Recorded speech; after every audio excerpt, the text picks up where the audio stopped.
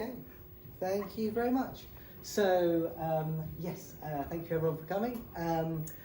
So all of the items that we've got on display here are non-acquisitioned items here at the Bodleian that form part of the Digital Preservation Collection, which was established by Edith Halverson in 2016-2017 and is now currently being managed by Catherine Conisby, and they've been kind enough to let me come and showcase some of it for you. Basically, this collection came out of the Digital Preservation at Oxford and Cambridge project, which was essentially about building best digital preservation practices between Oxford and Cambridge, as well as kind of showcasing the history of digital preservation and doing some community outreach work.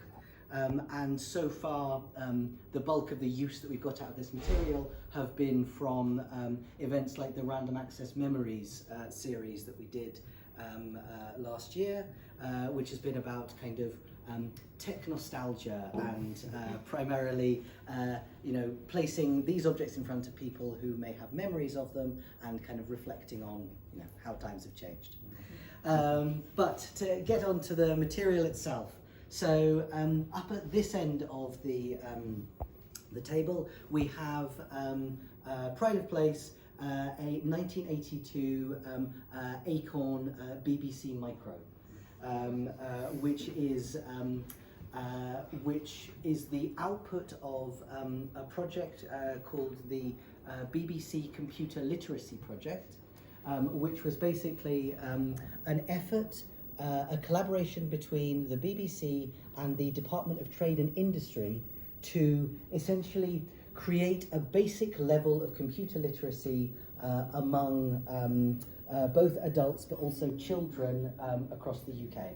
So the BBC Micro was commissioned to be an affordable microcomputer that could be given to British schools as this project rolled out between 1979 and 1989.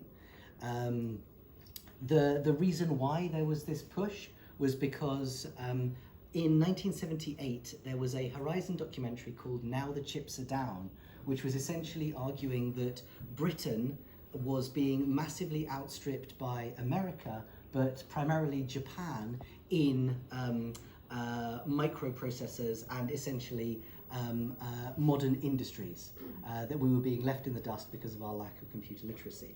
So 1979, Margaret Thatcher comes to power, and we have this push to create this nation of tech entrepreneurs.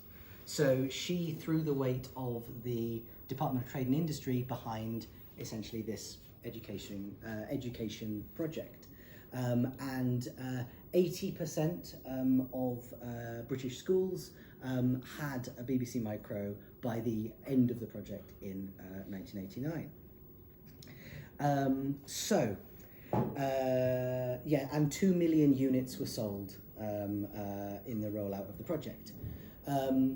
The other side to the computer literacy project, besides the creation of this machine, was a transmedia education project that encompassed 4 documentaries on the BBC, a tie-in book called The Computer Book, which sold over 30,000 copies, and a 30-hour correspondence course in BBC Basic, which was the form of the basic programming language on which the BBC Micro runs. At the moment I've got it booted up to a game called Chuckie, which I'm going to talk about in a second. But the reason we've been able to run the games off of this machine is because this specific BBC Micro, sometime post 2006, was chipped to include an SD card which has all 1,216 they're not all. It has 1,216 of the games that were made for the Micro. So it's primarily the bulk of them that are now out of copyright. But if you were to boot it up from scratch, you would notice that this is it's still a command line computer. The graphical user interface that we're now familiar with, a home screen and buttons that you click, that wasn't popularized until the Apple Lisa in 1983, and then the Macintosh in '84. So it looks, far more. It looks very ancient to modern eyes. And while these two objects here, so this is me and my micro cassette and the tie-in book. These weren't part of the official computer literacy project. They reflect the same tendency. So these were from Yorkshire Television. And it's essentially, if you look in that book, which I encourage you to do so, you'll see it's got a lot of basic programming instructions. Basically, you are encouraged to write your own code. Moving on to this next section. So this is about British games culture in the early 1980s. And what is most striking, or I don't know, is striking to me, is how many of the games we see here are essentially rip-offs of more popular titles. So both as kind of technical exercises and as kind of easy wins, a lot of the early computer games were reskins of arcade titles. So you can see Arcadians is Space Invaders, Snapper, Galaxian, sorry, which is itself very similar to Space Invaders. And then Snapper is Pac-Man. You've also got Bert, which is the British reskin of Q-Bert. But inside this kind of collection of clones and copies, you have a couple of hidden gems, which, well, not hidden anymore, but which kind of define the British games culture as opposed to American. So Jet Set Willy, which you can see down at the front there, with the picture of the man with his head in the toilet, is an example of this combination of surreal humour, slapstick comedy, and a kind of anarchic sensibility, which the British game culture imported directly from things like Douglas Adams's Hitchhiker's Guide to the Galaxy or Monty Python's Flying Circus.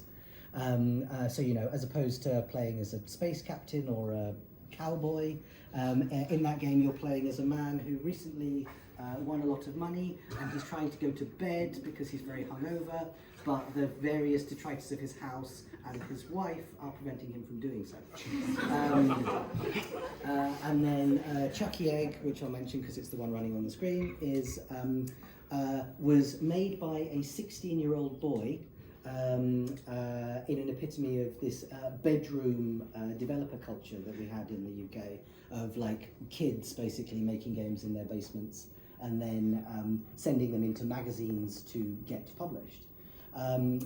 It's essentially a kind of proof of concept around the type of climbing ladders and jumping that you have in something like Donkey Kong, classic arcade game, but with this kind of surreal spin of you're getting chased by a giant duck by the end of the game.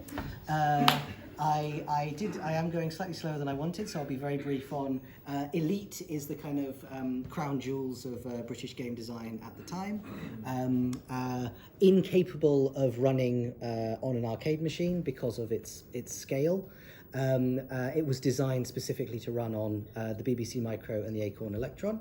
And it has a procedurally generated universe with so it has 8 times 256 galaxies that you can kind of explore and trade and do various things.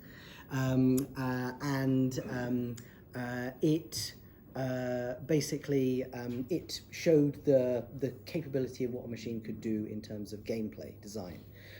It's been remade and rebooted several times. What we've got here on this entire table is all the peripherals that come inside this box, which gives you a little idea of the way in which so much of the narrative weight of early video games is carried by its peripherals, its box art. This is a tie-in novel, The Dark Wheel. Everyone who bought the game got a copy of this novella. These strips are overlays that you'd put on your micro keyboard. So if you like, I can show you. You lay this in front of the F keys at the top, and it tells you what each one does inside the game. This is a carryover from an earlier game design philosophy epitomized by something like the Magnavox Odyssey, which is even earlier, which was basically just blinking lights, and you'd put a plastic film over your screen, and that would turn each blinking light into a laser or something like that. Then finally up here we have BBC compute. Sorry, not all BBC. We have computing magazines from. So these are from 1984 to 5, 1984 to 5, 1985, and 1990. And across these, we're getting the kind of the evolution of essentially the computer user as an identity. So in Bebug, which was an official tie-in with the Computer Literacy Project, it's essentially a community of interested hobbyists, all kind of working around this machine. So you can see one of them's got the Britain's largest computer user group, membership 30,000. So that's essentially the subscribers to that magazine are this informal computer user group. And if you look inside them, you'll see there's a lot of the same kinds of things as you'd see in the Me and My Micro, little programs that you're encouraged to write. A&B computing, you're starting to move on to the hobbyist as consumer. So you're getting the kind of all of the same kind of coding material as the previous ones, but now a lot of glossy ads as well. This one, which is Byte Magazine's artificial intelligence issue, it pitched itself as Byte Magazine, which is the longest running one. It ran up until 2013, although it went primarily online after 1999. But it pitched itself as computer culture's answer to magazines like Playboy or Rolling Stone, in that it kind of uses the veneer of kind of sophistication and kind of refined culture. So, Playboy would commission its pieces by Norman Mailer or Margaret Atwood, or, photographs by kind of esteemed photographers.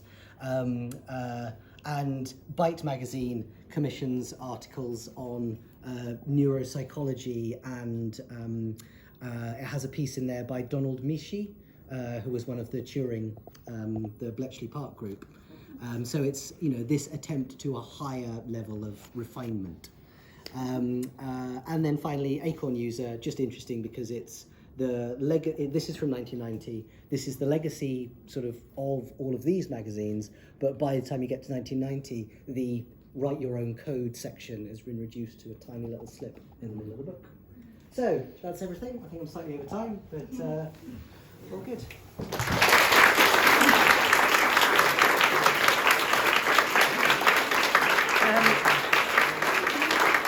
Can I record you playing a bit of the Chuckie egg just forward? Yeah.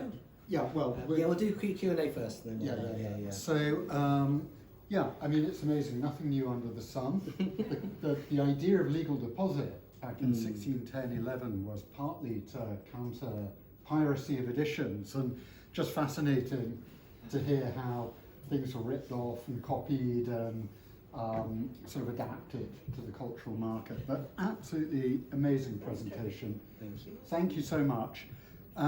I'm keen for people to be able to get a close look and maybe to play the game. So should we just dive in? Everything is handleable.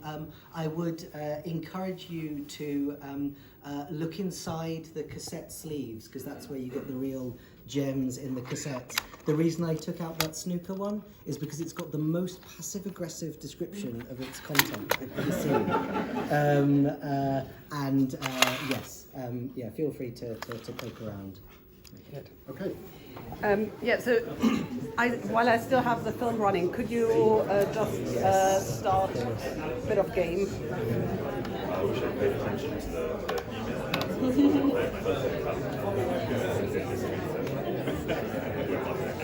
Get ready, player one.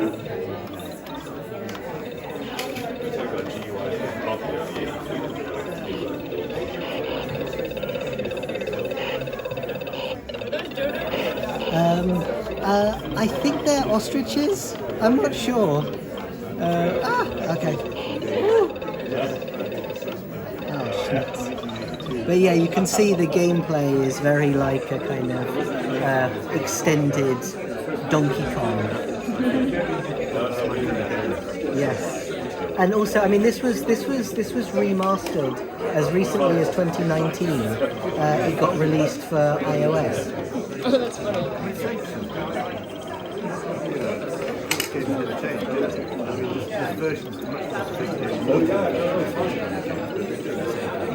Yeah, no, I mean the puzzle platformer is,